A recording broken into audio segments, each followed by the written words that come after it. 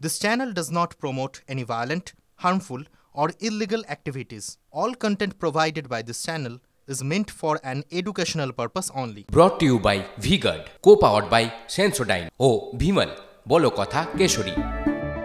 Associate sponsor Ultratech Cement.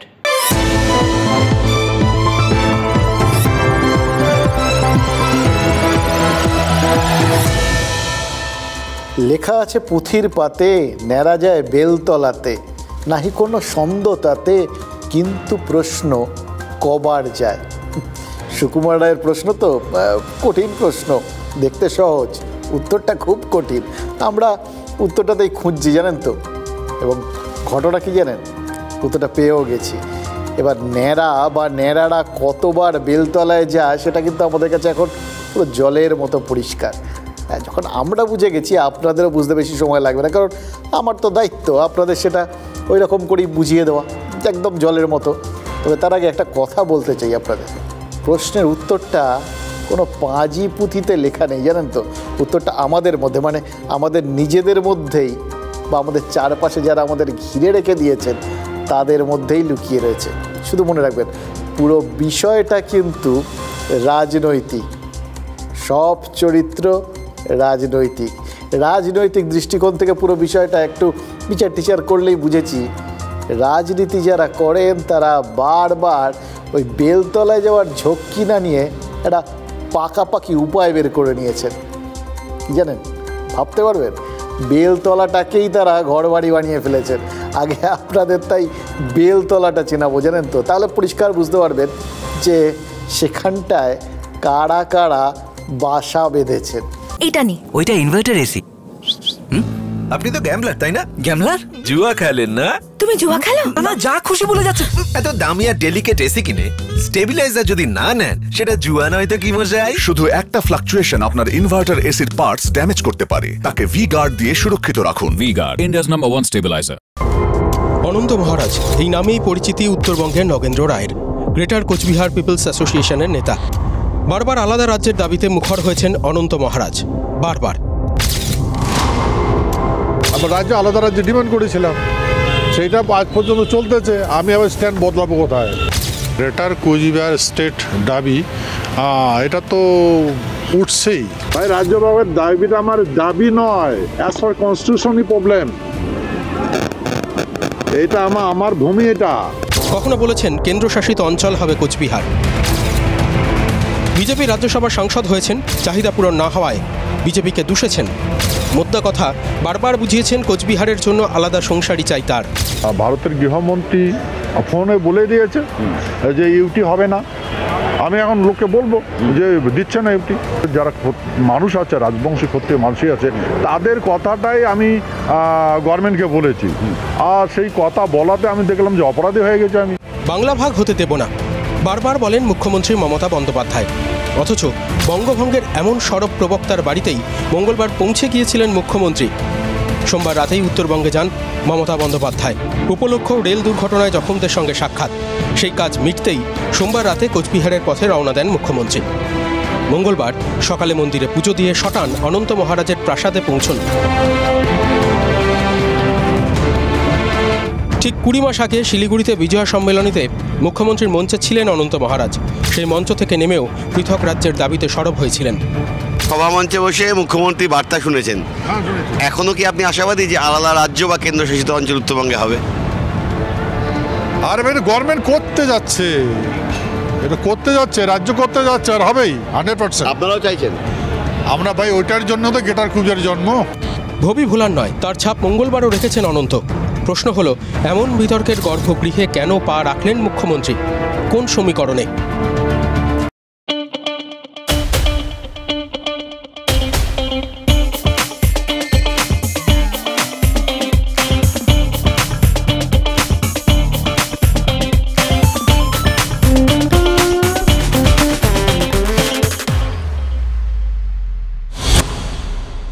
আছে দুঃখ, আছে মৃত্যু, বিরহ দহন লাগে, তবুও শান্তি, তবু আনন্দ, তবু অনন্ত জাগে। তার মানে দুঃখ, মৃত্যু, বিরহের পর যেটা জেগে ওঠে সেটা ওই অনন্ত। রবীন্দ্রনাথ ঠাকুর নিশ্চয়ই অনন্ত মহারাজের কথা ভেবে লেখেননি, কিন্তু দেখুন এই বর্তমান রাজনৈতিক পরিস্থিতিতে তার লেখাই আজকেও কেমন খাপ খেয়ে গেছে ভাবুন তো। এই জন্যই তাকে যুগ কালজয়ী কবি বলে মনে হয়। কত দূর থেকে দেখতে পেতেন, কত দূর থেকে দেখেছেন, কোথায় তার সময় আর কোথায় অনন্ত মহারাজের দাবি, ভাবা যায়? দেখুন, ভোট যুদ্ধ, প্রচার, জয় পরাজয়ের পর যা জেগে উঠেছে তা অনন্ত, মানে যিনি জেগে উঠেছেন তিনি অনন্ত মহারাজ, এই পৃথক কোচবিহার রাজ্যের দাবিদার। এটাই তার এক এবং একমাত্র পরিচয়। এটা নিয়ে মানে কোনো বদল নেই এই বিষয়টা আর কি।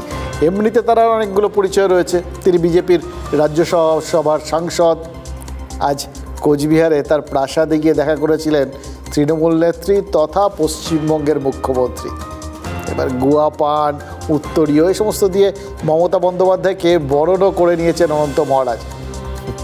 তখনই বুঝলাম এই অনন্ত মহারাজই হচ্ছে সেই বেলতলা যেখানে রাজনৈতিক দলগুলো বাসা বেঁধেছে। আর যেহেতু বিজেপির টিকিটে অনন্ত মহারাজ রাজ্যসভায় গেছেন, সেজন্যই তাকে হয়তো বিজেপির লোক ভাবার যথেষ্ট কারণ আছে। কিন্তু মমতা বন্দ্যোপাধ্যায়ের সাথে আজ তার এই সাক্ষাতের পর নতুন করে আবার ভাবতে হচ্ছে, জানেন তো, বিজেপির অনন্ত মহারাজ সত্যিই কি বিজেপির?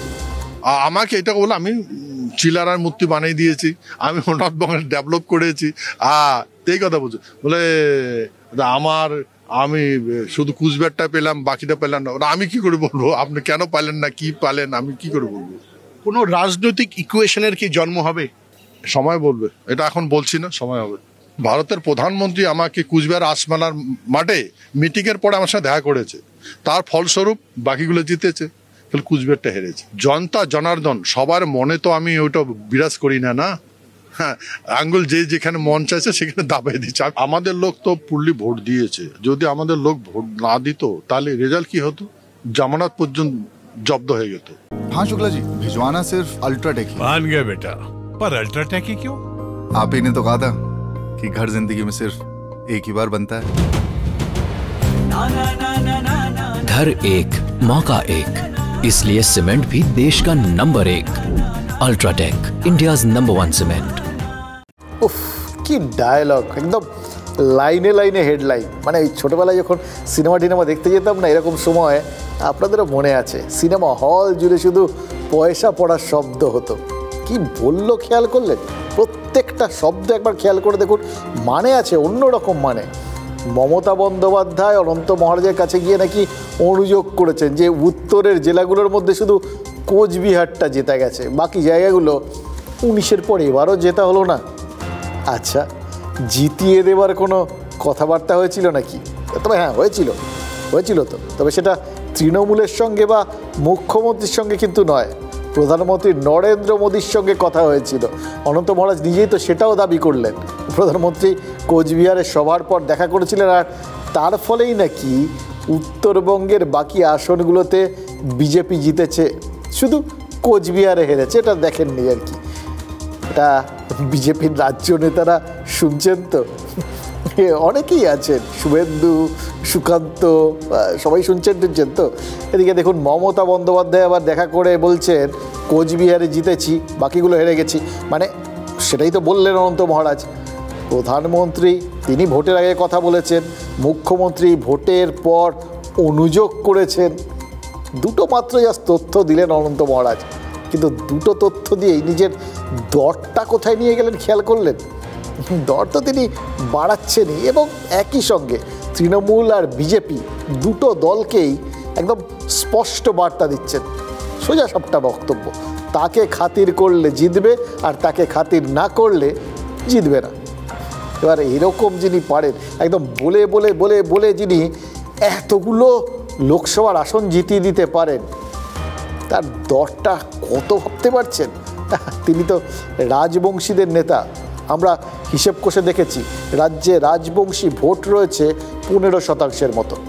30টা বিধানসভায় এই রাজবংশী ভোটটা কিন্তু ফ্যাক্টর। 2021-এ এই 30টা রাজবংশী বিধানসভার 21টাতে বিজেপি জিতেছিল, আর 9টা সিটে তৃণমূল।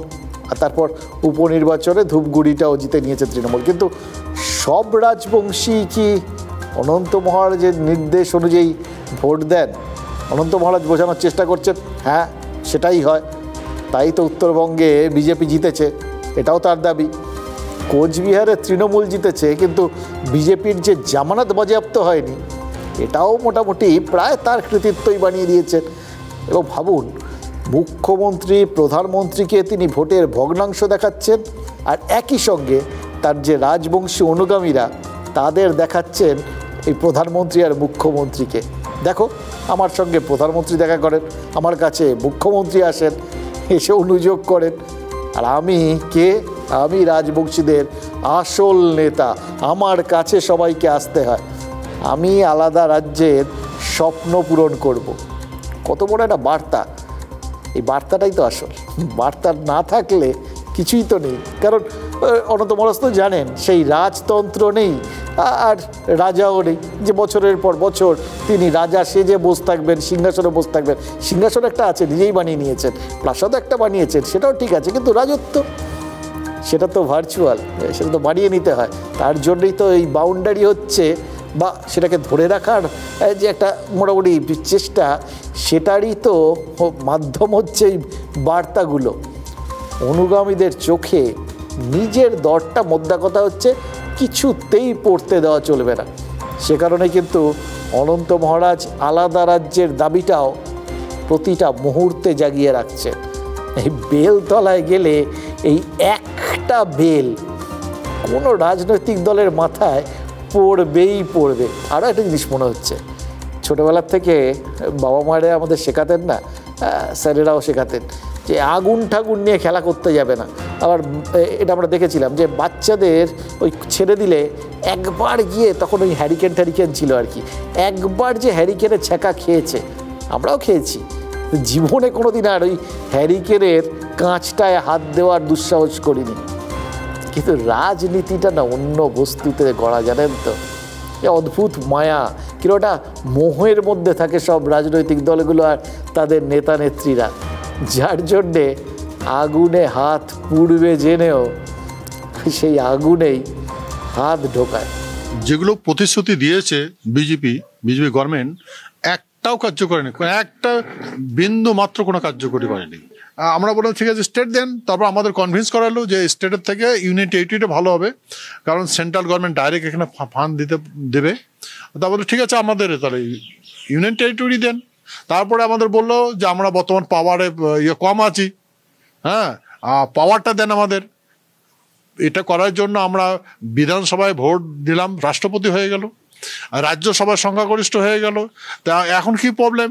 গৃহমন্ত্রী অমিত শাহকে আমি পার্লামেন্ট ভবনে ওনার অফিসে বলেছিলাম, সাহেব এইবার আপনি আমাদের ইউনিয়ন টেরিটরি যেটা কমিটমেন্ট হয়েছে সেটা আপনি এবার এই ইয়েতে করে দেবেন, হ্যাঁ অধিবেশনে করে দেবেন। উনি বলছে দেখতে হ্যাঁ, যখন দেখতে হয়েছে হ্যাঁ আর কি বলবো, তো জনগণও দেখতে হয়েছে। আমার বিশ্বাস এখানকার মানুষ যতক্ষণ এখানে সেপারেটিস্টের হচ্ছে না ততক্ষণ ছাড়ছে না, আর এটার জন্য যা করার এখানকার জনগণ সেটাই করবে, আমাকে সব বলেছে।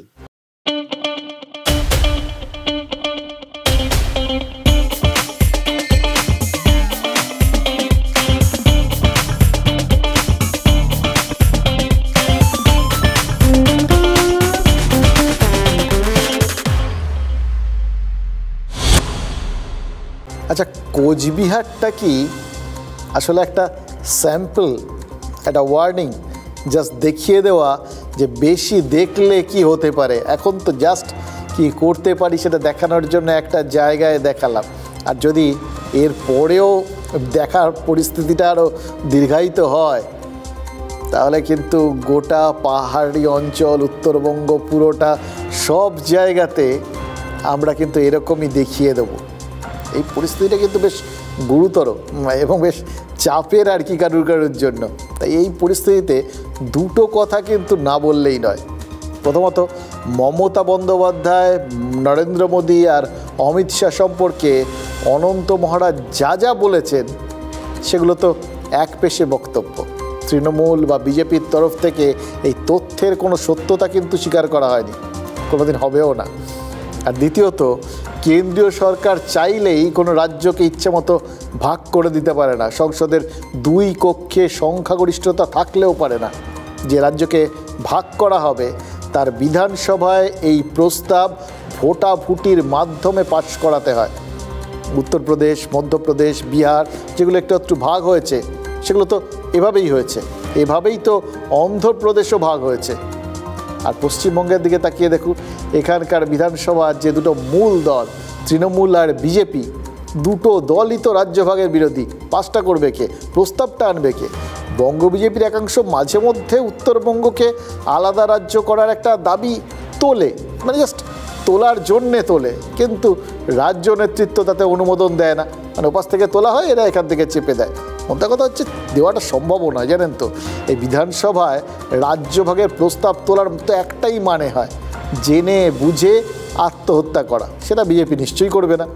এদিকে অনন্ত মহারাজ, তিনি আবার নাচরবান্দা। বিজেপিকে তিনি স্পষ্ট বার্তা দিচ্ছেন।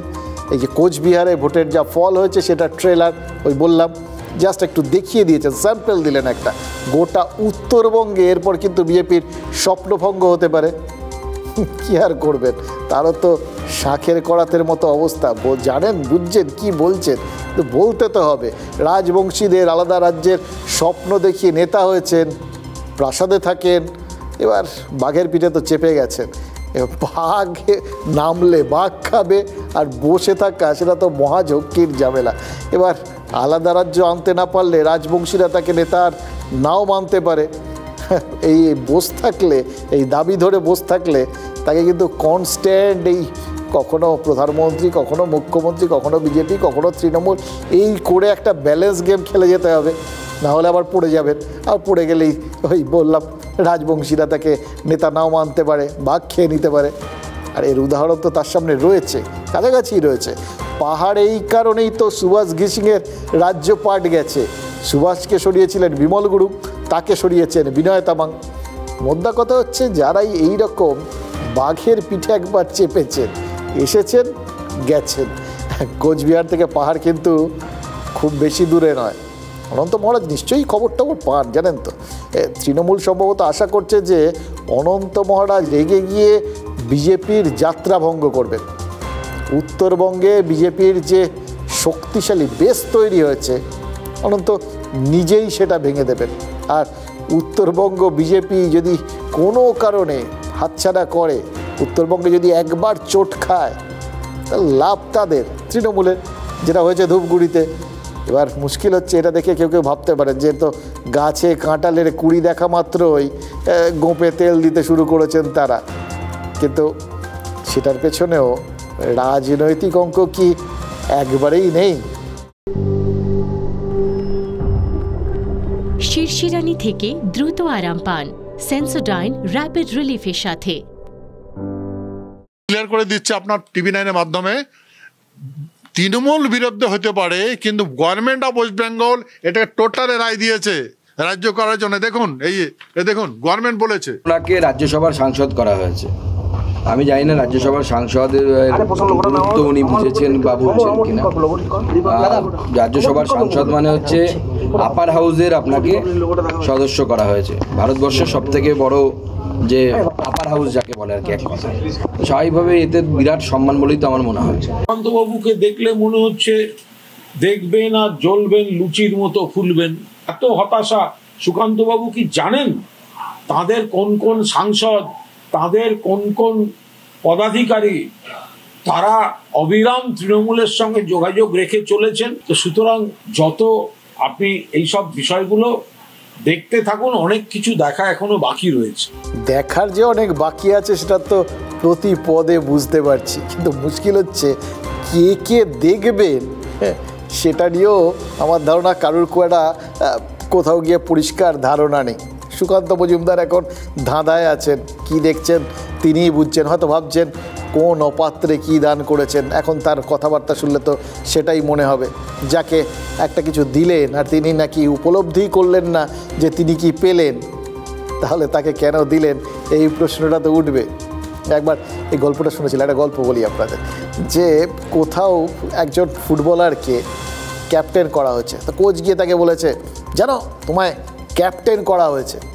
সে খুব খুশি হয়ে বলছে তাই, খুব ভালো কথা, কিন্তু কে করলে বলুন তো। এই গল্পটা হঠাৎ মনে পড়ে গেল এই রাজনৈতিক নেতাদের বিভিন্ন কিছু দেওয়া আর দেওয়ার পরে সেগুলো কাকে দিলেন সেটা নিয়ে যখন মনের মধ্যে দ্বন্দ্ব তৈরি হয় সেইটা দেখে।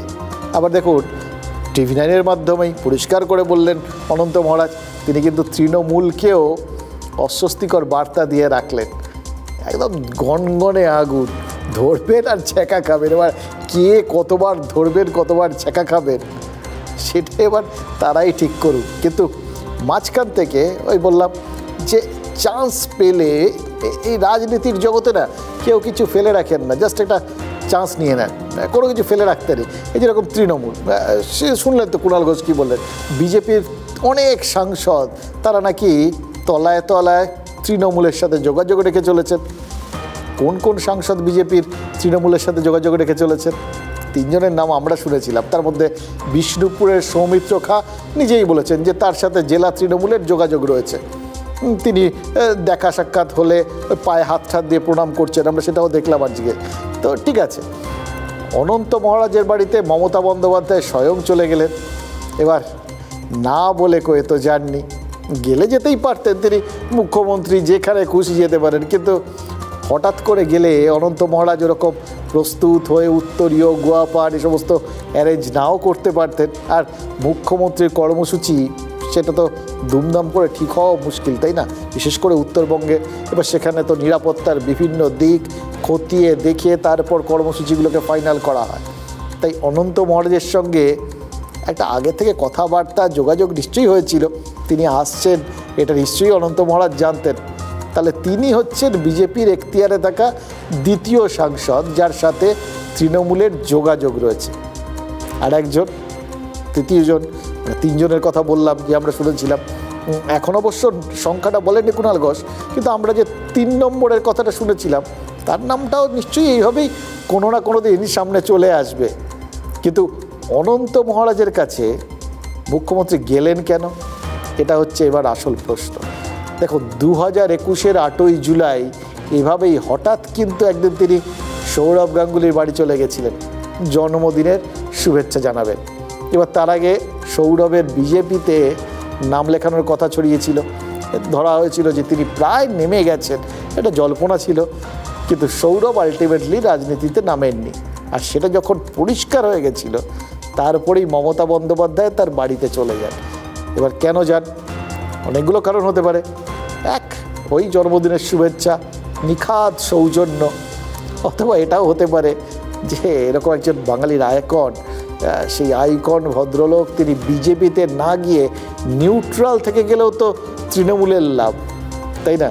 তাই কোথাও গিয়ে তাকে তার শুভেচ্ছা জানালেন, তার অভিনন্দন জানালেন সিদ্ধান্তের জন্য, অথবা এই সব কিছুর আড়ালে হয়তো কৃতজ্ঞতাও জানালেন, হতে পারে, সব কিছুই সম্ভব। দেখুন কোচবিহারে বিজেপি হারার পরেই কিন্তু মমতা বন্দ্যোপাধ্যায় অনন্ত মহারাজের বাড়িতে গেছেন। এবার কেন, ওই বললাম ওই সেবারের মতোই অনেকগুলো কারণ হতে পারে, সবকটা কারণই হতে পারে। কিন্তু অনন্ত মহারাজ তো সৌরভ গাঙ্গুলি নন। সৌরভের কোনো রাজনৈতিক উচ্চাকাঙ্ক্ষা নেই, মানে থাকলেও এই মুহূর্তে নেই, আর এই মুহূর্তে তিনি প্রকাশও করছেন না। ফলে অপ্রকাশিত যা যা আকাঙ্ক্ষা মনের মধ্যে অবদমিত রয়েছে সেগুলোর থেকে কোনো রাজনৈতিক দলের অন্তত কোনো থ্রেট নেই। কিন্তু অনন্ত মহারাজ তিনি তো সব জায়গাতেই জাস্ট ছোট ছোট ছোট ছোট কাঁটা বিধিয়ে যাচ্ছেন। আর তিনি যদি তৃণমূল শিবিরে যানও তাহলেও তো আলাদা রাজ্যের দাবি ছাড়বেন না, সেটা তো বুঝতে পারছেন। এর আগেও ওই তৃণমূলের মঞ্চ থেকে নেমে, মুখ্যমন্ত্রীর মঞ্চই ছিল সেটা, সেখান থেকে নেমেও আলাদা রাজ্যের দাবি করেছেন। আর এখনও আজকের দিনও ওই TV9-এর বললে TV9-এর মাধ্যমে জানিয়ে দিচ্ছি বলে কাগজ তুলে দেখিয়ে দিলেন যে তৃণমূলও তাকে প্রতিশ্রুতি দিয়েছে, আলাদা রাজ্যের তারা উদ্যোগ নিয়েছে। এবার আজ বিজেপির মুকুটের যেটা কাঁটা, সেই কাঁটা তো তার মানে কাল তৃণমূলের পায়েও ফুটতে পারে। আর শুধু কি ফুটতে পারে, ফুটছে নাকি? বেলতলায় গেলে শুধু তো মাথায় বেল পড়ার ভয় নেই, পায়ে কাঁটা ফোটার আশঙ্কাটাও কিন্তু ভালোই থাকে।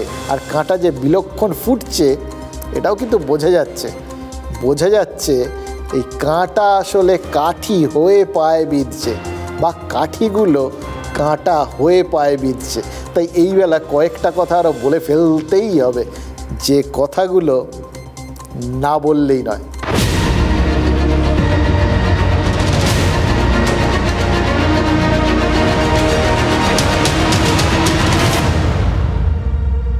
हाँ शुक्ला जी, भिजवाना सिर्फ अल्ट्राटेक ही। मान गया बेटा, पर अल्ट्राटेक ही क्यों?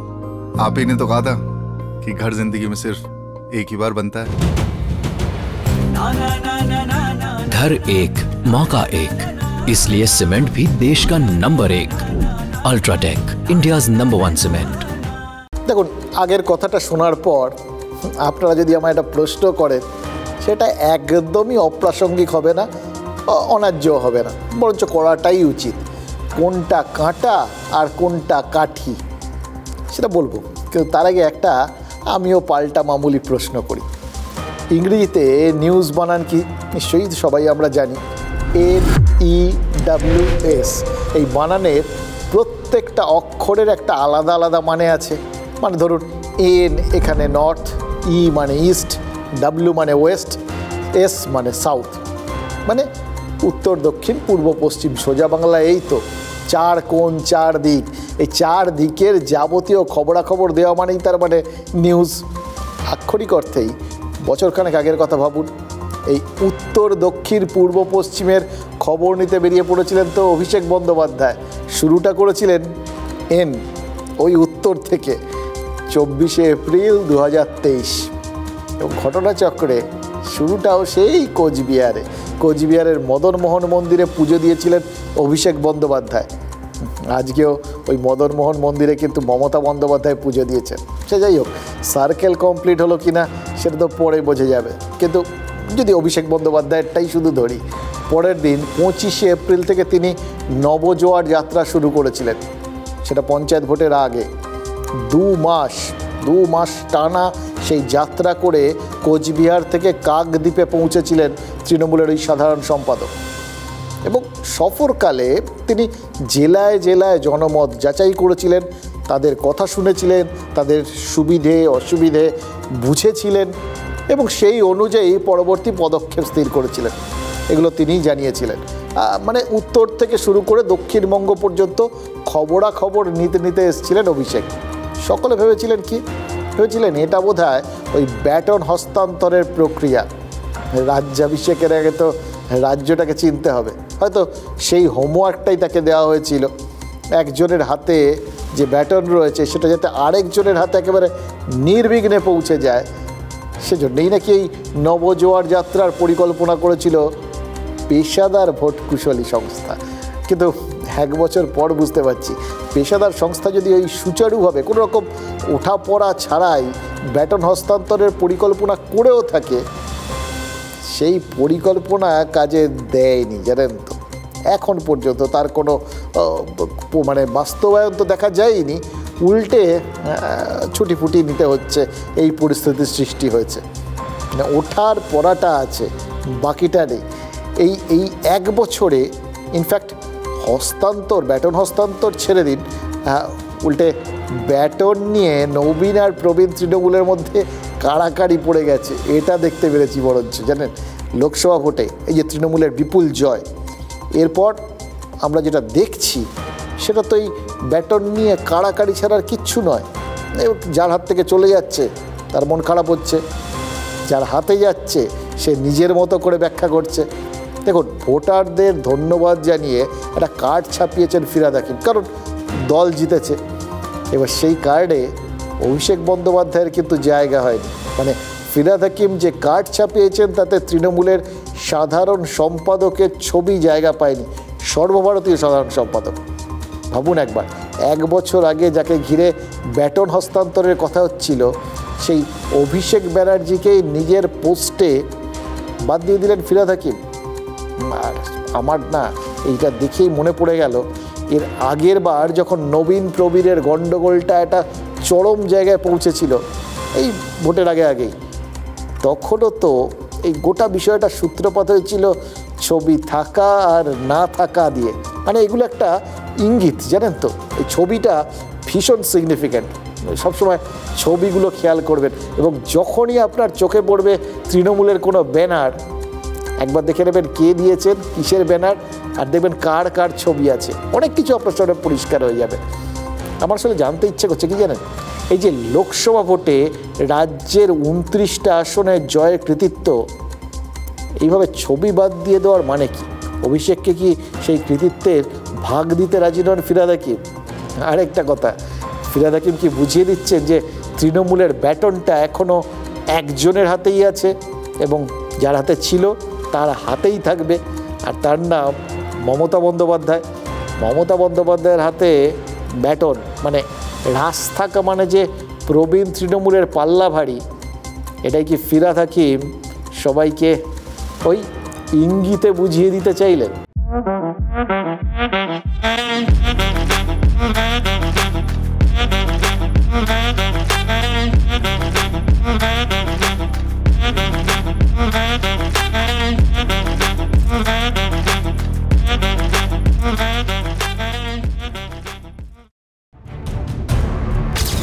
ফিরহাদ হাকিম কলকাতার মেয়র, প্রবীণ মন্ত্রী, মমতা বন্দ্যোপাধ্যায়ের ছায়া সঙ্গী। সেই হাকিম সাহেবকেও এক এক সময় মনে হয়েছে দলে কোণঠাসা। কলকাতা পুরো এলাকায় পার্কিং ফি বাড়ানোয় কুণাল ঘোষ পর্যন্ত কড়া মন্তব্য করেছিলেন। সিদ্ধান্ত যে স্তরেই বা যারাই নিয়ে থাকুন, কোনো অবস্থায় সরকার বা দল এই সিদ্ধান্ত অনুমোদন করে না। কুণাল ঘোষ কার কণ্ঠস্বর হয়ে উঠেছেন তা নিয়ে জল্পনা চলেছে রাজনৈতিক মহলে। এক এক সময় বিরক্ত ফিরহাদকে বলতে শোনা গিয়েছে, কর্পোরেশনের ব্যাপার থাকলে বলুন, না হলে বলবেন না। কণ্ঠ আমার রুদ্ধ আজিকে বাঁশির সঙ্গীত হারা। সেই ফিরহাদ হাকিমই লোকসভা ভোটে তৃণমূলের রেকর্ড জয়ের পর ফের সামনের আসনে। উত্তরবঙ্গের বিপর্যয়ের কারণ খুঁজতে তাকেই পাঠিয়েছিলেন মুখ্যমন্ত্রী। তার আরেকটি পদক্ষেপ নতুন বিতর্কের ঝড় তুলেছে। নিজের এলাকায় ভোটারদের ধন্যবাদ জানাতে কার্ড তৈরি করেছেন ফিরহাদ হাকিম। তাতে মমতা বন্দ্যোপাধ্যায়, মালা রায় এবং তার নিজের ছবি রয়েছে। অভিষেক বন্দ্যোপাধ্যায়ের ছবি নেই। জল্পনা চলছে, এটা কি ইচ্ছাকৃত নাকি অনিচ্ছাকৃত?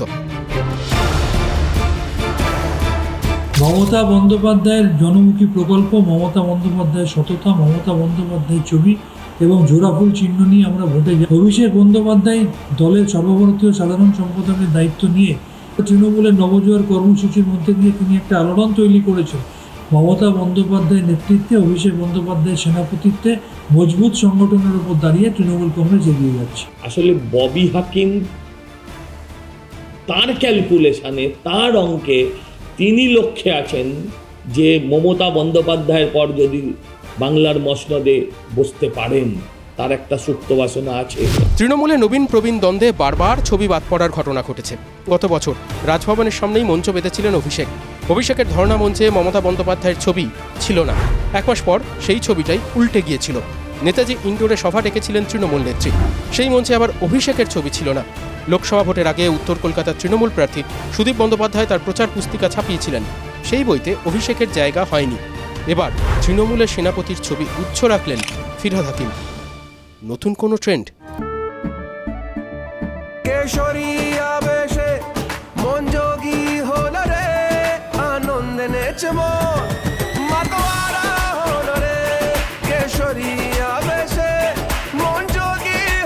প্রতি মুহূর্তে কেসরি উৎসব উদযাপন করুন। বিমল, বলো ভাষা কেসরি। ছবি নেই, হতেই পারে, মানে শান্তনু সেন যা বলছেন সেটা ফিরহাদ হাকিমও মনে করেন, এটা তো হতেই পারে। এবার তৃণমূল হয়তো সত্যিই একটা ঐক্যবদ্ধ পরিবার, যার নেত্রীর নাম মমতা বন্দ্যোপাধ্যায় এবং সেনাপতির নাম অভিষেক। এটা কিন্তু একটা ওই কোথাও গিয়ে ট্যাগলাইনের মতো হয়ে গেছে। আছে বাস্তব, সেটা নিয়ে প্রশ্ন তোলার সঙ্গে ট্যাগলাইনের কোনোদিনই খুব একটা সম্পর্ক থাকে না, অ্যাডভার্টাইজমেন্ট আর কি। যাই হোক, কিন্তু এই হ্যাপি ফ্যামিলির ছবিটাই তো ফিরহাদ হাকিম তার শুভেচ্ছা বার্তায় ছাপতে পারতেন। এটাও তো সত্যি, নেত্রীর ছবি যেরকম রেখেছেন তেমন সেনাপতির ছবিও রাখতে পারতেন, তাহলে তো এত কথাই উঠতো না। কথা বলার সুযোগ তার মানে তৃণমূল নেতারাই করে দিচ্ছেন, এমনি এমনি কথাগুলো তো উঠছে না। এই লোকসভার প্রচারে সুদীপ বন্দ্যোপাধ্যায়, সৌগত রায়ের মতো প্রবীণ নেতাদের কেন্দ্রে কিন্তু যাননি অভিষেক। এবার মনে পড়ে যাচ্ছে সবার, উত্তর কলকাতায় মন্ত্রী শশী পাজার ওয়ার্ডে তৃণমূল পিছিয়ে ছিল। আবার রাজারহাট গোপালপুর বিধানসভায় দমদমের তৃণমূল প্রার্থী সৌগত রায় তিনি মাত্র কোনো ক্রমে কান ঘেঁষে বেরিয়ে 76 ভোটের লিড পেয়েছিলেন। 76, অনলি 76। এবার মন্ত্রী শশী পাজার মতোই রাজারহাট গোপালপুর কেন্দ্রের বিধায়ক নবীন শিবিরের অদিতি মুন্সি। এই সমস্ত কথা কি সুদীপ বন্দ্যোপাধ্যায় বা ফিরহাদ হাকিমদের মনে গেঁথে রয়েছে নাকি? তাই কি সুযোগ পেলেই তারা এই নবীন শিবিরের নাম, গন্ধ, ছবি সব মুছে দিচ্ছেন? সুদীপ বন্দ্যোপাধ্যায় বা সৌগত রায় যে নবীনদের কাঁটা সহ্য করে জিতেছেন, সেটাই কি প্রবীণ নেতারা প্রতি মুহূর্তে এখন মনে করিয়ে দিতে চাইছেন? দেখুন, কাঁটাটা না খুব বিপজ্জনক জিনিস, জানেন তো। কখন যে কার পায়ে ফুটবে সেটা কেউ বলতে পারে? বড় আনপ্রেডিক্টেবল জিনিস। এই যে সামনে 4টে বিধানসভার উপনির্বাচন রয়েছে, তার মধ্যে বাগদায় তৃণমূল প্রার্থী করেছে মতুয়া নেত্রী ও রাজ্যসভার সাংসদ মমতাবালা ঠাকুরের মেয়ে মধুপর্ণা। সেই মধুপর্ণাকে প্রার্থী করেও কি মতুয়া প্রভাবিত বাগদা আসনে জেতার ব্যাপারে তৃণমূল ঠিক আত্মবিশ্বাস পাচ্ছে না? কেন বলছি তার কারণ আছে। বাগদায় ভোট পরিচালনার দায়িত্ব পেয়েছেন পার্থ ভৌমিক, সদ্য জিতে সাংসদ হয়েছেন ব্যারাকপুরের। এবার ব্যারাকপুরের সাংসদ পার্থ তো তৃণমূলের নবীন শিবিরের মুখ। সেই পার্থ ভৌমিক বাগদায় তৃণমূলের মিটিংয়ে গিয়ে সবাইকে অনেক কথা বলেছেন, সেগুলো তো ঠিকই বলতে হবে। তার সঙ্গে যেটা সিগনিফিকেন্ট, কয়েকজনকে সাবধান করেছেন। বলেছেন প্রার্থীকে হারাতে, তৃণমূল প্রার্থীকে হারাতে আর কি, কাঠিবাজি করলে কোনো লাভ হবে না, বরং তাতে উল্টো ফল হবে। কাঠিবাজি, এটা খুব ইন্টারেস্টিং। তো একটা জিনিস তো বুঝতে পারছি যে বাগদায় যাদের হাতে কাঠি, তারা আসলে মধুপর্ণার রাস্তায় সেই কাঠিটাকেই কাঁটা ছড়িয়ে দিতে চান। এবার পার্থ ভৌমিক সেই কাঁটাটাই কোথাও গিয়ে ওপরাতে নেমেছেন। ওই দেখবেন যখন ওই সেনাবাহিনীর কনভয় যায় না, তার আগে মাইন সুইপার যায়, একটা বিরাট বড় গাড়ি, তারা মাইন ডিটেক্টর থাকে, তারা ওই মাইনগুলোকে রাস্তার মধ্যে যদি ছোট ছোট মাইন পোতা থাকে সেগুলো তুলতে তুলতে এবং নিষ্ক্রিয় করতে করতে যান। এটা সেই মাইন সুইপারের কাজ করতে নেমেছেন কি পার্থ ভৌমিক মনে হচ্ছে, জানেন তো। শিরশিরানি থেকে দ্রুত আরাম পান সেন্সোডাইন র্যাপিড রিলিফের সাথে। আপনি যদি ভাবেন আমি একটু কাঠিবাজি করে হারিয়ে দেবো, আমি বলছি না, তা পারবেন না। আমরা দুজনে বসে থাকবো না। আর কাঠি কি করে উল্টো কাঠি করতে হয়, এটা ভগবানের আশীর্বাদে এত দিনে শিখে গেছি। অতএব যে ভাবছেন ছোট ছোট কাঠি বার করবেন, আমি এখনই বলছি, আমাদের যখন দিদি দায়িত্ব দিয়েছে ওসব ঘরে ঢুকিয়ে রাখবে। কি দারুণ কথা বললেন, দারুণ লাগলো, জানেন তো। এবার কেন লাগলো সেটা বলার আগে হঠাৎ একটা ডায়লগ মনে পড়ে গেল, সিনেমার ডায়লগ। আপনাদের সাথে মাঝে মধ্যেই শেয়ার করি, আজকেও করব। এটা সেই সোনার কেল্লায় এই ডায়লগটা লালমোহনবাবু দিয়েছিলেন আর কি। একটা প্রশ্ন ছিল আর কি, উট কি কাঁটা বেছে খায়? আজকে হঠাৎ মনে পড়ে গেল। পার্থ ভৌমিক যে জিনিসটা বললেন, যে কথাটা বললেন, একটা হুঁশিয়ারি, কিন্তু তার মধ্যে দিয়ে আরও একটা স্টেটমেন্ট আছে। কাঁটা উল্টোভাবে ব্যবহার করতে হয় কিভাবে সেটা তিনি জানেন, শিখে গেছেন। আচ্ছা, এই কাঁটা বা কাঠি আর কি, যাই হোক, সেটা ব্যবহার করার দক্ষতাটা, এটা কি এখন তৃণমূলের একটা হোমওয়ার্কের মধ্যে পড়ে, সহজাত দক্ষতা, নাকি ওয়ার্কশপ করে শেখানো হচ্ছে? এই যে বললেন শিখে গেছেন। দেখুন, পার্থ ভৌমিক যাদের হুঁশিয়ারি দিয়েছেন, তারা তৃণমূলের কোথাও গিয়ে তো ওই কাঠি বেছাচ্ছেন বা কাঁটা বেছাচ্ছেন, যাই হোক, কিন্তু তাদের কটা পা বলুন তো? তারা তৃণমূলের কোন নৌকায় কোন পা দিয়ে আছেন বলুন তো? মানে দুই নৌকায় কি দুই পা দিয়ে আছেন? এটা কিন্তু প্রশ্ন। নাকি একটা পাই অন্য কোনো নৌকায় দিয়ে বসে আছেন? এটাও প্রশ্ন। আর একটা পা তুলে রেখে দিয়েছে। এই মানে যখন এই দু নৌকো তিন নৌকোর ব্যাপার এসে যায় না রাজনীতিতে, তখন হিসেবটাই পুরো জটিল হয়ে যায়। কখন যে বগ দেখবেন আর কখন যে মানুষ, সেটাই খুব বোঝাটা মুশকিল হয়ে যায়। দেখুন, ব্যারাকপুরের সাংসদ যাদের জন্য ইশারা করলেন তারা নিশ্চয়ই অবশ্য এগুলো বুঝে গেছেন, কেন বলছেন, কি বলছেন। এই যেমন আরামবাগের সাংসদ মিতালি বাগ দলের মঞ্চ থেকে এই একইভাবে কয়েকজনকে হুঁশিয়ারি দিয়েছেন, বলেছেন যারা ভোটের সময় দু নৌকায় পা দিয়েছিলেন মমতা বন্দ্যোপাধ্যায়ের সঙ্গে কথা বলে তাদের জন্য নাকি মলমের ব্যবস্থা করবেন। দেখবেন তো এই সব জায়গাতে, এই বললাম না, নৌকো একাধিক হয়ে গেলেই অনেক ইন্টারেস্টিং তার ওষুধের খবর পাই আমরা। পার্থ ভৌমিক উল্টো কাঠির কথা বললেন, মনে করিয়ে দিলেন আর কি। আর এখানে মিতালি বাগ তিনি মলমের কথা বললেন। এটা তো খুব ইন্টারেস্টিং। মিতালি বাগ যাদের উদ্দেশ্যে এতগুলো কথা খরচ করেছেন তাদের জন্যই কি ওই আরামবাগ লোকসভার চন্দ্রকোনা বিধানসভায় 3টে পৌরসভার মধ্যে 2টো পৌরসভাতেই বিজেপি এগিয়ে গিয়েছিল, আর 13টা গ্রাম পঞ্চায়েতের মধ্যে 7টায় বিজেপির ভোট বেশি ছিল।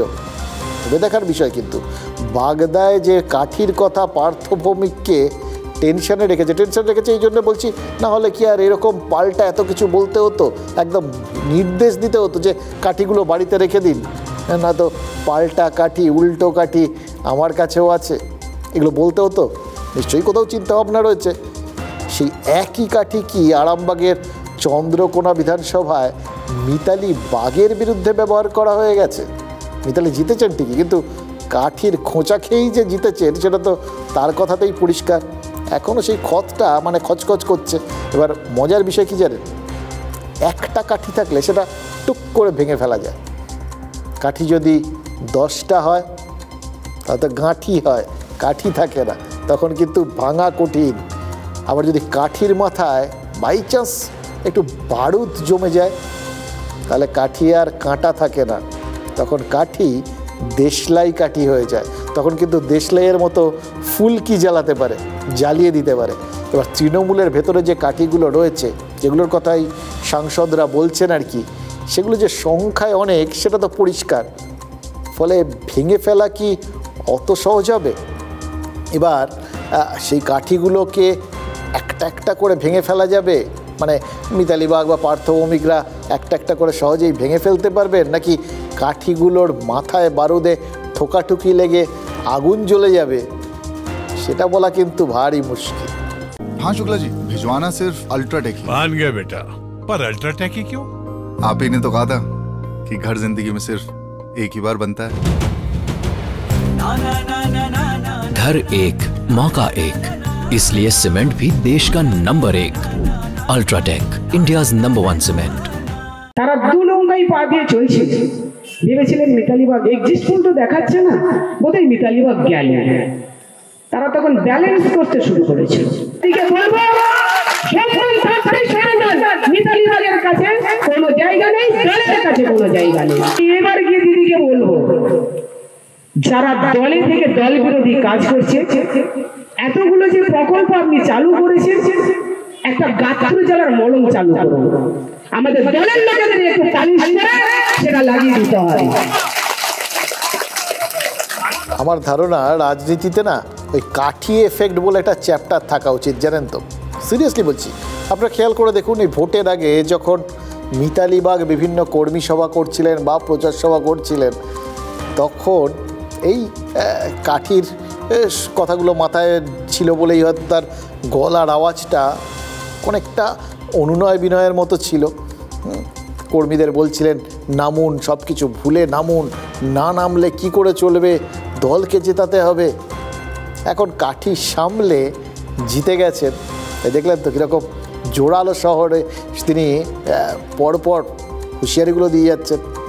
আরেকটা জিনিস মনে হচ্ছে জানেন তো, অত্যধিক খেলে না পেট খারাপ হতে পারে, আবার খাবার যদি কম পড়ে, কম খাওয়া হয়, তাহলেও কিন্তু পিত্তি পড়ে যেতে পারে। দুদিকেই সমস্যা।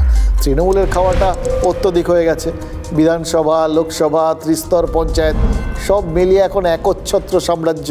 এবার এত জনপ্রতিনিধি গড়বড় তো হতেই পারে। আবার বিজেপির খিদে বেশি কিন্তু খাবার জোটেনি, ফলে সেখানেও পেট গড়বড় করছে। তৃণমূল জিতে গোষ্ঠীকন্দল দেখা দিচ্ছে, বিজেপিতে না জিততে পারায় গোষ্ঠীকন্দল তৈরি হচ্ছে, অশান্তি হচ্ছে। এবং এইটাই এই মুহূর্তের দুটো দলেই একমাত্র কমন বিষয়। আক্রান্ত বিজেপি কর্মীদের হাল হকিকত জানতে এসেছিলেন কেন্দ্রীয় প্রতিনিধিরা। উত্তর 24 পরগনার আমতলায় গেছিলেন তারা। সেখানে তারা কি শুনতে গেছিলেন? তৃণমূলের বিরুদ্ধে বিজেপির ওই কর্মী সমর্থকদের ক্ষোভ। কি আবিষ্কার করলেন? একদম উল্টো ব্যাপার। তৃণমূল কোথায়? বিজেপির বিরুদ্ধেই তো ওই বিজেপির কর্মী সমর্থকরা অভিযোগ করছেন। জেলা সভাপতি অভিজিৎ সর্দারের বিরুদ্ধে ক্ষোভ উগড়ে দিচ্ছেন ওখানকার প্রার্থী, পরাজিত প্রার্থী অভিজিৎ দাসের অনুগামীরা। স্যার, চাপিয়ে এখানে আক্রান্ত জেলা সভাপতি আমাদের কোনো খোঁজ নেয়নি, মন্ডল কোনো খোঁজ নেয়নি। আসুন স্যার, আপনি আসুন স্যার, আপনি আসুন। অনেক বিধি আছে। আমি মাত্র এলাম এই টিমের জন্য, আমি বাংলাতে ঘুরবো। আসুন স্যার, আসতেই হবে। চলো গাড়ি আটকাও। দাদা দাদা 5 মিনিটের জন্য, 5 মিনিটের জন্য খালি দেখে যা এখানে সামনে। আপনাকে আসতেই হবে স্যার, কোনো মতে গাড়ি ছাড়া যাবে না। ওই ধরনের বিতর্কিত কথার উত্তর দেওয়ার প্রয়োজন আমি বোধ করি না। প্রতারিত এবং বিতাড়িত মানুষজন ববির ওখানে আছে, কিন্তু তাদেরকে যখন আমরা আমাদের জেলা অফিসে আজকে ডেকেছিলাম, তাদেরকে কোনো একটা শক্তি আটকে রেখেছিল। অদ্ভুতভাবে তাদেরকে বঞ্চিত করলো সেন্ট্রাল টিমের সঙ্গে ইন্টারাকশন করতে। ঘর ছাড়া তারাই কি বিক্ষোভ দেখাচ্ছিল মাঝ রাস্তায়? তারা বিক্ষোভ দেখায়নি, তারা চেষ্টা করছিল এনাদের সঙ্গে কথা বলার। তাদেরকে মিথ্যে আশ্বাস দেওয়া হয়েছিল যে এই সেন্ট্রাল টিমও ওখানে যাবে।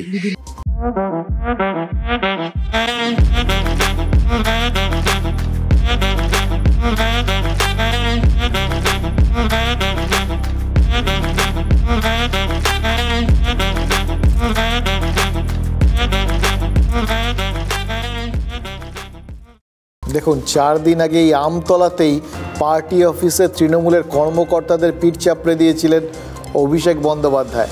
আর বিজেপি কর্মকর্তাদের কাঁধে হাত রাখতে গিয়ে কেন্দ্রীয় নেতারা দেখছেন কাঁধ নুয়ে পড়েছে। ক্ষোভে ফুটছে মানুষ। কিন্তু ক্ষোভ তো তৃণমূলের বিরুদ্ধে শুধু নয়, নিজের দলের নেতাদের বিরুদ্ধেও, এবং সবথেকে বড় কথা দলবাজির বিরুদ্ধেও। মাহেশ্বরী ভবন, যেখানে ওই ঘর ছাড়া বিজেপি কর্মীরা আশ্রয় নিয়ে রয়েছেন, সেখানেও তো কেন্দ্রীয় নেতৃত্ব গিয়ে দেখলেন যে তৃণমূলের থেকেও বেশি ক্ষোভ রাজ্যের নেতাদের বিরুদ্ধে, কারণ তারা বিপদে পাশে দাঁড়াচ্ছেন না। এই ক্ষেত্রেও একটা প্রশ্ন আছে, জানেন তো, এক্ষেত্রে কোন নেতৃত্বের কথা তারা ভাবছেন বলুন তো? মানে আমরা গোটা সময়টায় বিজেপির অনেক নেতাকে দেখেছি, আর এই ভোট শেষ হয়ে যাওয়ার পর দায় ঠেলাঠেলি অন্তত 3 নেতার মধ্যে আমরা দেখেছি।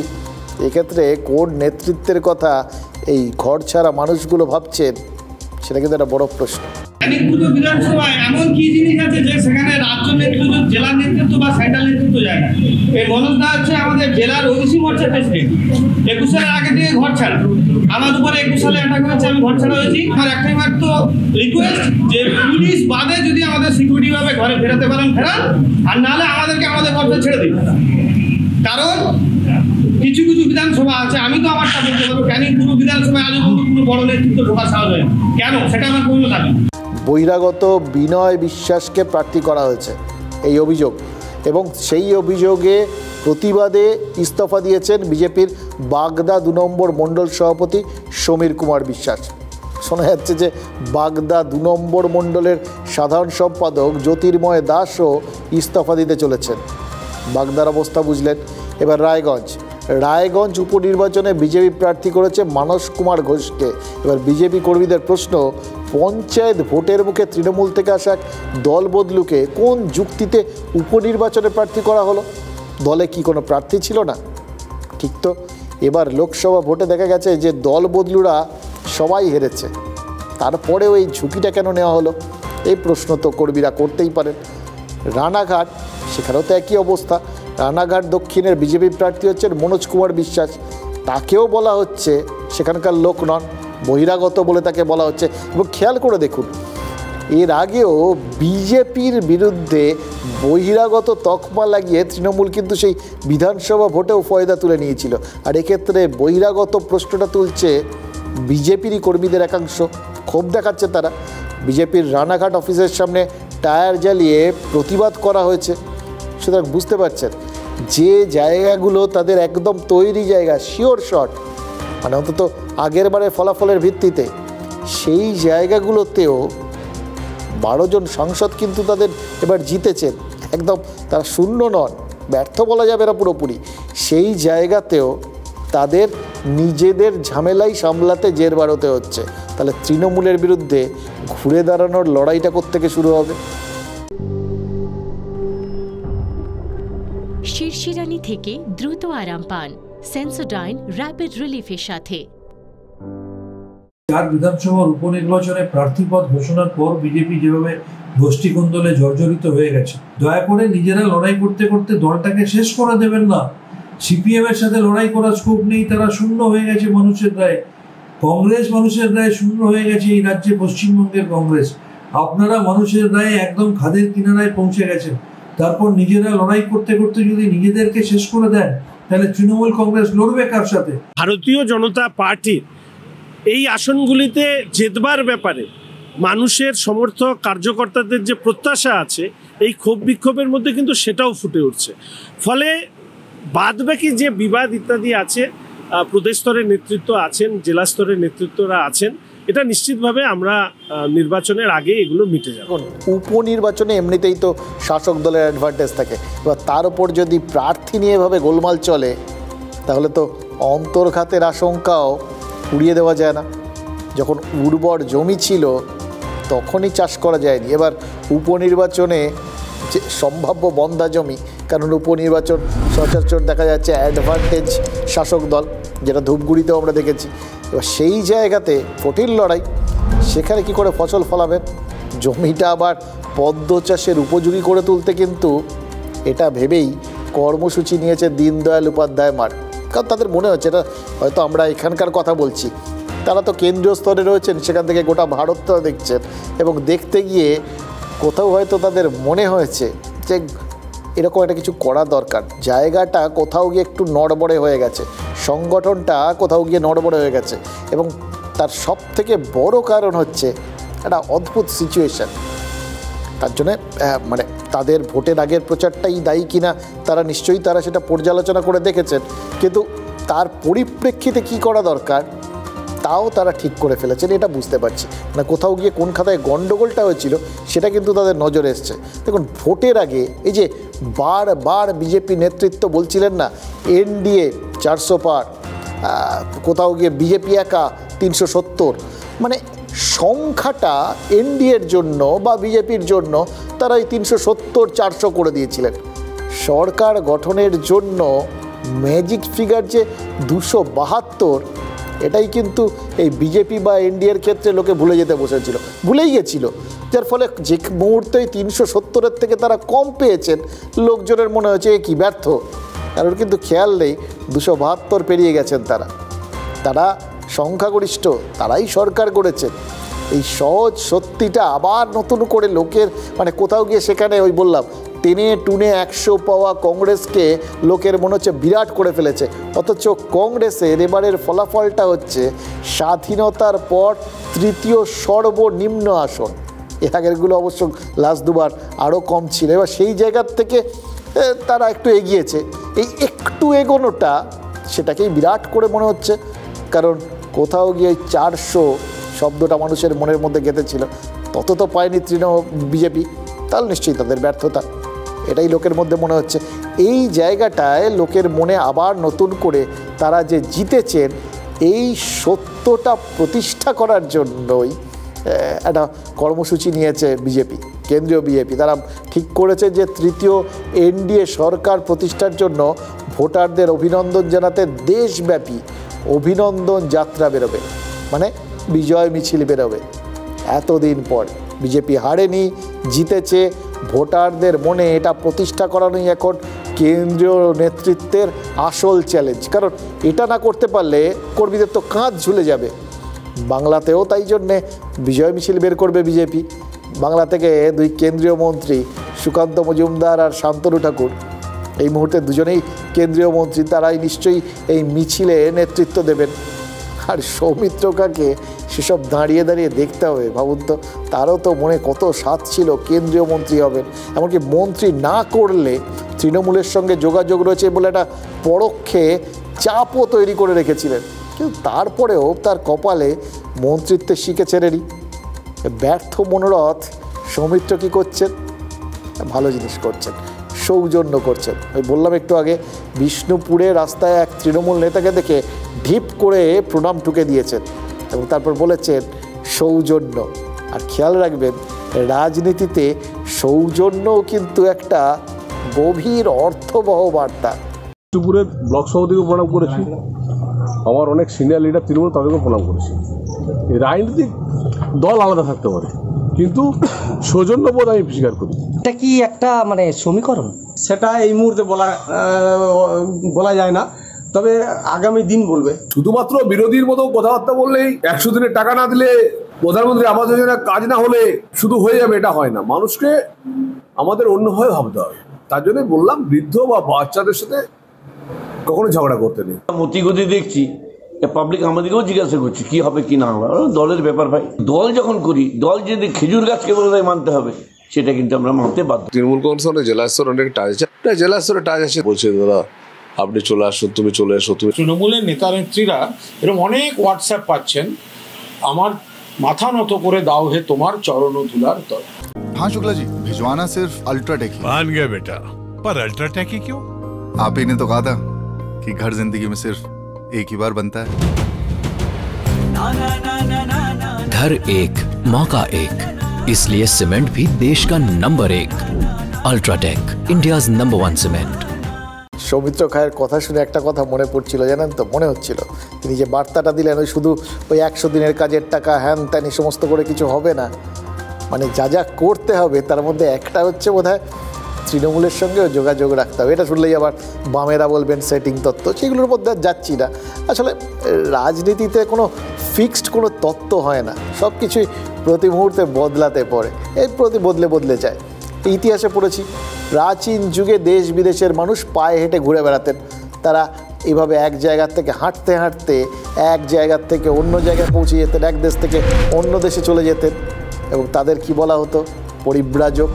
এবার আজকাল নেতারা এ দল ও দল এত হাঁটাহাঁটি করছেন না, তাদের পরিব্রাজক বলে ডাকতে ইচ্ছে করছে। সবার নামের আগে একটা করে পরিব্রাজক বসে গেলে কি সুন্দর হবে বলুন তো। হিউয়েন সাং বা এরকম টাইপ সব নামগুলো, পরিব্রাজক হিউম্যান সাং, ভালো হবে না? সেরকম সৌমিত্র খা বিজেপির থেকে তৃণমূলের দিকে হাঁটা লাগাতে পারেন, কিন্তু মনে রাখবেন এবারের লোকসভা ভোটে এ ফুল ও ফুল দু ফুলেরই দল বদলু নেতারা কিন্তু ধরাশায়ী হয়েছেন। তৃণমূলে যাওয়া ওই মুকুটমণি অধিকারী, বিশ্বজিৎ দাস বা কৃষ্ণ কল্যাণী সবাই হেরেছেন। একইভাবে বিজেপিতে ফেরা অর্জুন সিং আছেন। মানে কোথাও গিয়ে এই দল বদলুদের প্রতি ভোটারদের না একটা রিজেকশন কাজ করছে, প্রত্যাখ্যান। অনেক করেছো, আমাদের মত নিয়ে এভাবে ছেলে খেলা করার অধিকার তোমাদের নেই, এটা লোক বুঝিয়ে দিয়েছে। এবার যে ভোটারদের নিয়ে নেতাদের সারা বছর চলতে হয়, সেই ভোটারদের কথা, মানে আমার আপনার মতো সাধারণ মানুষের কথা, তাহলে এদের মাথায় থাকে না। কিন্তু সাধারণ মানুষ তাদের কথাটা কিন্তু নিজের মতো করে ঠিক সময় বুঝিয়ে দেয়। আমরাও আজকে একটু আমাদের কথা আপনাদের বোঝাবো, একটু অন্যদের দিকে, মানে আমাদের দিকে আপনাদের তাকাতে বলবো, অন্য চোখে তাকাতে বলবো। কারণ এমন একটা জিনিস আপনাদের দেখাবো না যেটা আমাদের বহু ধ্যান ধারণা বা আমরা যেগুলো আমাদের মনের মধ্যে ঢুকে বসে রয়েছে ওই নেতাদের মতো, তারা ভাবেন এ দলদল করা যায়, কিন্তু ভুল ভাবেন। ঠিক সেরকমই আমরাও বহু কিছু ভাবি, সেইটা যে আসলে ঠিক না, সেটাই আজকে দেখাবো। একদম উলট পুরাট, আমাদের চোখ খুলে দেওয়ার মতো একটা ছবি আমরা দেখলাম ওই উত্তরবঙ্গে। সেখানে একসঙ্গে প্রায় 70 জন জুনিয়র ডাক্তারকে দেখা গেছে রক্ষাকর্তার ভূমিকায়, প্রাণদাতার ভূমিকায়, এবং সেটা শুধু চিকিৎসা করে নয়, ছুরিকাচি দিয়ে নয়, রক্ত দিয়ে তারা নিজেদের কর্তব্য পালন করেছে। সদ্য হাঁসফাঁস গরম থেকে মুক্তি পেয়েছে উত্তরবঙ্গ। কিন্তু গরম কাটতে না কাটতেই প্রবল বৃষ্টিতে এখন নাকাল দশা। কিন্তু তাতে কি, প্রতি বছর গরম এলেই রাজ্যে দেখা যায় রক্তের আকাল। এবারও তার অন্যথা হয়নি, বাদ পড়েনি উত্তরবঙ্গ। এমন অবস্থায় সোমবার রাঙাপানির কাছে ঘটে গেছে মর্মান্তিক ট্রেন দুর্ঘটনা। হতাহতদের চিকিৎসার জন্য উত্তরবঙ্গ মেডিকেল কলেজে নিয়ে গেলে পরিস্থিতি সামাল দিতে 7-5 না ভেবে, কারো অনুরোধ উপরোধ নির্দেশের অপেক্ষায় না থেকে মেডিকেল কলেজের জন্য 70 জন জুনিয়র ডাক্তার স্বতঃপ্রণোদিত হয়ে রক্তদান করেন। মেডিকেল কলেজ এবং ঘটনাস্থলে সহায়তা ক্যাম্প বানিয়ে দেন পরিষেবা। তো আমাদের কলেজে স্যারেরা এবং যারা ডাক্তার প্রেজেন্ট ছিলেন এবং সবথেকে বিশেষ করে আমাদের যারা স্টুডেন্টরা ছিল, তারা কালকে যেভাবে এগিয়ে এসছে এরকম যুদ্ধকালীন তৎপরতায়, তাতে মানে প্রচণ্ড গর্বিত বোধ করছি আর কি। ছাত্র হিসাবে আমরা সকলেই খুশি যে আমরা এই দুর্ভাগ্য সময়ে আমরা সবারই পাশে এসে দাঁড়িয়েছি এবং আমরা প্রথম বর্ষে দ্বিতীয় বর্ষে ছাত্ররা যেভাবে পার্টিসিপেট করেছে রক্তদান দিতে, এটা মানে খুবই ভালো দিক। রক্তের আকাল সামলাতে উত্তরবঙ্গ মেডিকেল কলেজে চিকিৎসকরা রক্ত দিয়ে যখন অবস্থা সামলালেন, তখন চিকিৎসকের অভাব সামলাতে সাপের কামড় খেয়েও হাসি মুখে রোগী দেখে অবস্থা সামাল দিতে দেখা গেল ধূপগুড়ি মহকুমা হাসপাতালের সৃজিতা সাহাকে। মহকুমা হলে কি হবে? জল জঙ্গলে ঘিরে থাকা ধূপগুড়িতে মানুষ আর সাপখোপের যেন সহাবস্থান।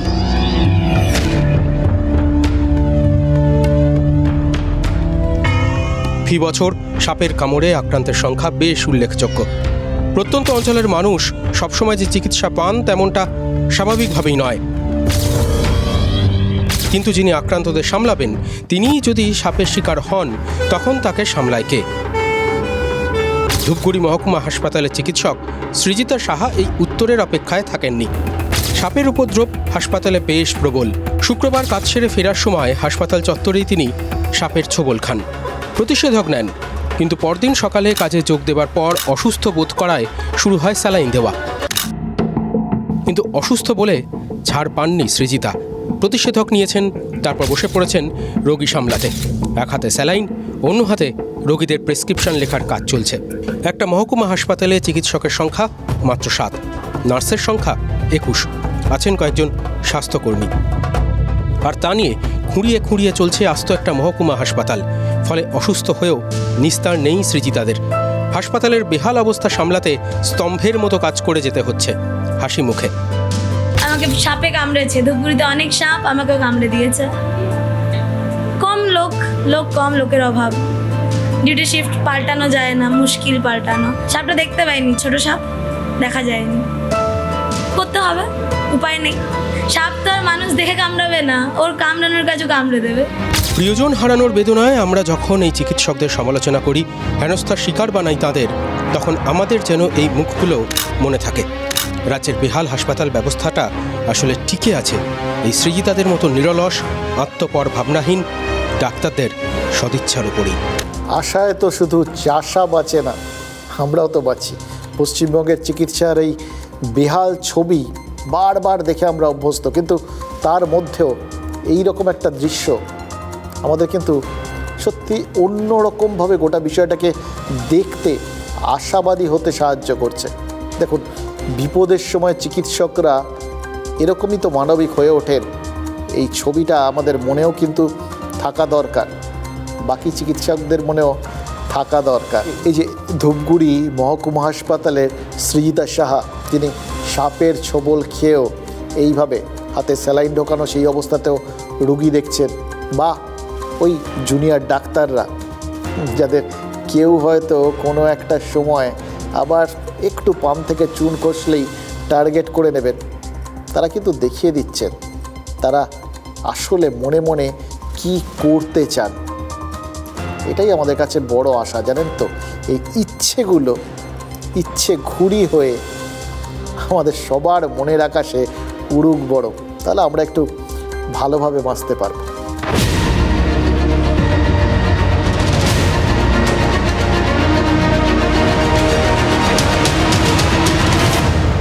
Brought to you by V-Guard, co-powered by Sensodyne O Bhimal, বলো কথা Keshari. Associate sponsor Ultratech Cement.